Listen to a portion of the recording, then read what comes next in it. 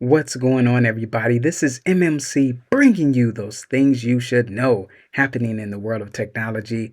Of course, that docket has some great information on it, so let's get right to it. In our first article, we have Netflix is planning to launch retail destinations in 2025. Interesting. Now it says here Netflix is planning to launch new retail destinations dubbed Netflix House that will offer not only things to buy, but also food and other experiences themed after whatever is hot on Netflix at the moment. And there aren't a lot of specifics right now, such as where these permanent spaces might eventually open. So this is a cool concept that Netflix is doing, and I wonder what's going to be hot or very interesting or that people are going to be watching all the time in 2025.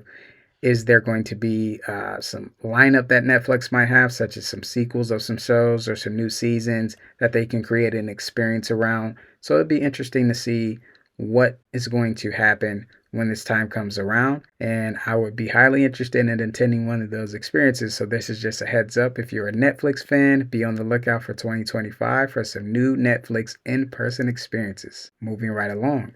Starlink satellite cell service is set to launch in 2024, but only for SMS. Now, the launch of Starlink's much anticipated satellite cell service, direct to cell, will reportedly begin rolling out for SMS in 2024. Eventually, the system will enable ubiquitous access to texting, calling, and browsing wherever you may be on land, lakes, or coastal waters and connect to IoT devices through the LTE standard. Now, Starlink has partnered with T-Mobile, and also Starlink is in turn will allow T-Mobile phones to access the satellite network, giving the cell service provider near complete coverage of the United States. Now, during an event last August, SpaceX CEO Elon Musk tweeted that the Starlink V2 would launch this year on select mobile phones, and he stated that the important thing about this is that it means there are no dead zones anywhere in the world for your cell service. As in messaging only satellite service, direct to cell will immediately find competition from Apple with its emergency SOS via satellite feature in iOS 14, and as well as Qualcomm's rival Snapdragon satellite. So it's interesting that T-Mobile is partnering up with Starlink, and I wonder if this is what the communication or maybe telecom space is going to look like in the future. I wonder if the big three, well, T-Mobile already is, but I wonder if Verizon and AT&T are also going to have to partner up with the tech company who is going to be utilizing a satellite cell service, because if they have the satellite cell service where there'll be no dead zones and pretty much anywhere you can be, you'll be able to access service via the satellite. What will be the real need for services like AT&T or services like Verizon? I think that's why T-Mobile is getting ahead of what they could probably see coming later on down the road and not wanting to become obsolete, moving right along. Nissan's hyper-adventure concept looks like an EV the Galactic Empire would use. The automaker's new hyper-adventure is a futuristic SUV that accommodates the outdoor person's diverse needs, including the ability to power campsite equipment and recharge electric jet skis using the vehicle's large battery with vehicle-to-everything V2X technology. So this vehicle, it looks very interesting, and let's take a deeper look into what Nissan has going on. Now, here is the Nissan Hyper Adventure that they were speaking about. Very, very nice blue, and then it gives you a little bit of interior inside, but let's dive in so you can get a bigger glimpse of this. This looks very futuristic, very cool.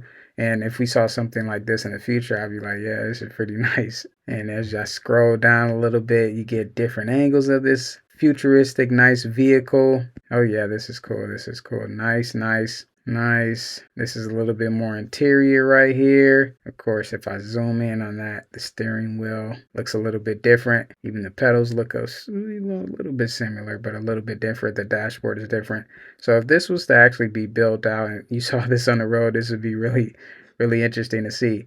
But in addition to that, they also have another one. They have the Nissan Hyper Urban. So instead of being in the snow, this is that city ride you can get. And this one looks a little bit different, but still very, very futuristic. And as I scroll down here, yeah, you got the nice sunroof, some different design patterns in the back. Keep on scrolling. And yeah, this is a cool concept. Doors go up, of course, some real smooth, real nice. And this, maybe I wonder if this is going to be like a self-driving thing, because they're just in there relaxing.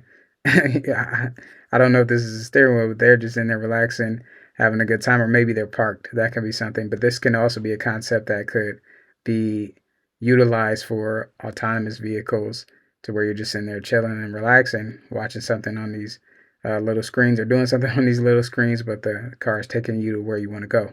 So yeah, some very cool concepts from Nissan, and I wonder, comment down below in the comment section if you would like one of these vehicles or you can see yourself owning or being in one of these vehicles. Moving on to the next article, Character AI introduces group chats where people in multiple AIs can talk to each other. Now, Character AI is a chatbot platform which offers customizable AI companions with distinct personalities and tools to make your own, is now offering a group chat experience where users and their friends can chat with multiple characters at once. Now, the character group chat feature, as it's called, allows users to create a group chat with their favorite AI characters only, and it can feature a mix of both humans and AI companions, the company says. Now, the company suggests users could try out having AI scientists and thinkers chat together, like Albert Einstein, Marie Curie, Nikola Tesla, and Stephen Hawking. And then they give you some examples of some mythological gods you can also add to your group chat. I plan to test it out just to talk to the so-called AI scientists or people who invented things, just to get some sentiment on what their AI thoughts might think about what could be created using whatever mathematical equations or what knowledge they had back then, what they could use to create today. And I'll be sure to keep you all updated on what's going on with that. Moving on to the next article. We have one of my favorite companies that I love to talk about, Cruise, back in the news. Cruise opens robo-taxi service in Houston. Now, GM's self-driving subsidiary, Cruise, has opened its robo-taxi service to users in Houston, an expansion that comes amid increasing criticism of the company's operations in San Francisco.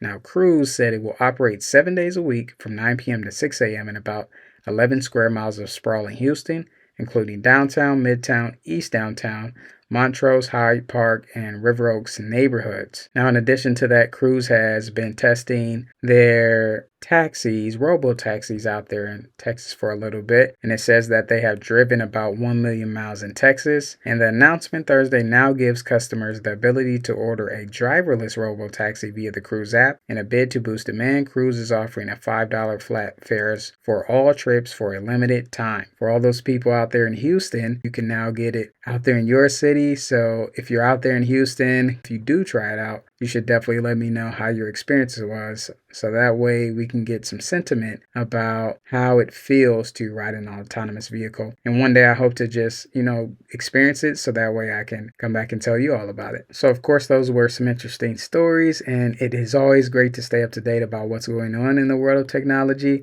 There is more news coming on the way. But in the meantime, definitely check out these two videos right here, because I want to keep you updated and to make sure that you stay on the up and up about the things you should know happening in the world of technology.